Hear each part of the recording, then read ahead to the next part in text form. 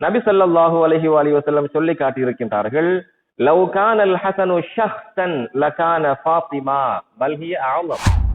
உலகத்தில் உள்ள எல்லா நன்மைகளையும் ஒன்றாக சேர்த்து ஒரு மனிதராக கொடுத்தால், உலகத்தில் உள்ள எல்லா நன்மைகளையும் சேர்த்து எடுத்து அந்த நன்மைகள் எல்லாவற்றுக்கும் ஒரு மனித உருவை கொடுத்தால் அந்த உருதான் அன்னை ஃபாத்திமா நாயகி அவர்கள்.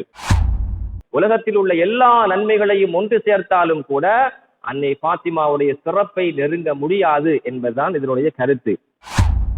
எனவேதான் நபி ஸல்லல்லாஹு அலைஹி வஸல்லம் சொல்லி காட்டினார்கள், என்னுடைய மகள் ஃபாத்திமா அவர்கள் இந்த உலக மக்கள் எல்லோரிலும் மிகச் சிறந்தவர்கள். எந்த விஷயத்தில் என்றால், அமைப்பிலும் சிறப்பிலும் கொடையிலும் எல்லா விஷயங்களிலும் அவர்கள் உலகத்தில் உள்ள எல்லோரை விடவும் சிறப்பான ஒரு பெண்ணாக இருக்கின்றார்கள் என்று நபி ஸல்லல்லாஹு அலைஹி வஸல்லம் சொல்லி இருக்கின்றார்கள். அன்னை ஃபாத்திமா ஸஹ்ரா ஸலாமுல்லாஹி அலைஹா அவர்களுடைய முகம் என்பது இயற்கையாகவே ஒளிமயமான முகமாக இருந்தது என்பதை உம்முல் மோமினின் அன்னை ஆயிஷா நாயகி சொல்கின்றார்கள். நாங்கள் ஃபாத்திமா நாயகியுடைய முகத்தினுடைய அந்த ஒளியை பயன்படுத்தி இரவு நேரங்களிலே தையல் வேலைகளை செய்வோம், ஊசியிலே நூல்களை நோட்போம் என்று கூறியிருக்கின்றார்கள். அந்த அளவுக்கு பிரகாசமான ஒரு முகம், இயற்கையாகவே பிரகாசமான ஒரு முகம் உலகத்தில் வேறு எந்த பெண்ணுக்குமே கிடையாது. உலகத்தில் 4 மிகச்சிறந்த பெண்கள் தெரிவு செய்யப்பட்டிருக்கின்றார்கள். நபி ஸல்லல்லாஹு அலைஹி வஸல்லம் அவர்கள் ஒரு முறை 4 கோடுகளை வரைந்தார்கள். பூமியிலே 4 கோடுகளை வரைந்து விட்டு சொன்னார்கள், இந்த 4 கோடுகளும் யார் உங்களுக்கு தெரியுமா என்று சஹாபாக்களை பார்த்து கேட்டார்கள்.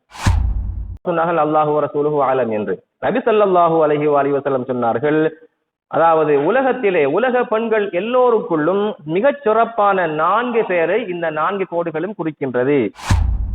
முதலாவது ஹதீஜா பின்து குவைலித் அவர்கள், ஃபாத்திமா பின்து முஹம்மத் ஸல்லல்லாஹு அலைஹி அவர்கள், மரியம் பின்து இம்ரான், ஆசியா பின்து மஸாஹிம் ஆகிய 4 பேரும் தான் இந்த உலகத்திலே 4 மிகச்சிறந்த பெண்கள் என்று நபி ஸல்லல்லாஹு அலைஹி வஸல்லம் அவர்கள் கூறி காட்டி இருக்கின்றார்கள். இந்த 4 பேரும் தான் உலகத்தில் மிகச்சிறந்த பெண்கள் என்பதை இதன் மூலமாக நாங்கள் விளங்கிக் கொள்ள முடிகின்றது. அன்னை ஃபாத்திமா ஸஹ்ரா ஸலாமுல்லாஹி அலைஹா அவர்கள் உலக பெண்கள் எல்லோருக்கும் தலைவியாக இருக்கின்றார்கள். இந்த உம்மத்தில் தோன்றக்கூடிய எல்லா பெண்களுக்கும் தலைவியாக இருக்கின்றார்கள். இந்த உம்மத்தில் மூமினான பெண்களுக்கு தலைவியாக இருக்கின்றார்கள். சுவர்க்கத்து பெண்களுக்கு தலைவியாக இருக்கின்றார்கள்.